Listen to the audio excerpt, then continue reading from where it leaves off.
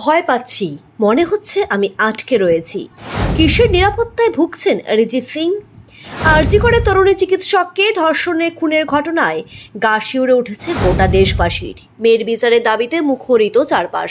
Social media থেকে শুরু করে কলকাতার রাজপথ, চারিদিকে একটাই গর্জন, জাস্টিস ফর আরজি কর। দেখতে দেখতে 2 সপ্তাহ হতে চলল এই নির্মম হত্যাকাণ্ড। কিসের নিরাপত্তাহীনতায় ভুগছেন অরিজিৎ সিং? মাঝে জল গড়িয়েছে অনেক দূর। সাধারণ মানুষের সাথেই পাল্লা দিয়ে প্রতিবাদে নেমেছেন তারকারা। আর এই আন্দোলনের প্রথম থেকেই সামিল হয়েছেন বাংলার ভূমিপুত্র তথা বলিউডের নামী গায়ক অরিজিৎ সিং। আসল দোষীদের সামনে আনার হুঁশিয়ারি দিয়ে আগেই একটি পোস্ট করে শোরগোল ফেলে দিয়েছিলেন গায়ক। এখন মোটামুটি সকলেই জানেন @মোজোয়ারজোলোজো নামের এক্স হ্যান্ডেলটি অরিজিৎ সিং এরই। সেখান থেকেই 17ই আগস্ট তিনি জানিয়েছিলেন 7 দিনের মধ্যে কিছু না হলে রাস্তায় নামবেন তিনি।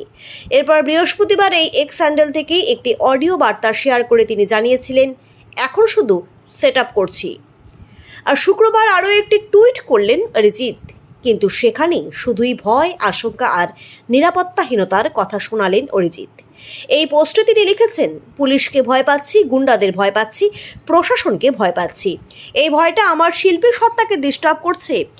মিউজিক তৈরি করতে পারছি না, মনে হচ্ছে আমি আটকে রয়েছি। সেই সাথে তিনি জানিয়েছেন, সবাই বিচার চাইলেও বেড়ালের গলায় ঘণ্টা বাঁধার সাহস নেই কারো। অরিজিৎ লিখেছেন, বিশ্বাস করতে পারছি না, সবসময় অবিশ্বাস করতে মন চাইছে।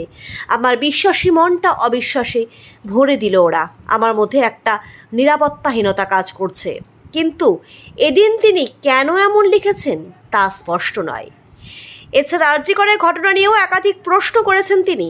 এদিন কোনো একজন অনুরাগী জানতে চেয়েছেন অরিজিৎ কবে রাস্তায় নামছেন।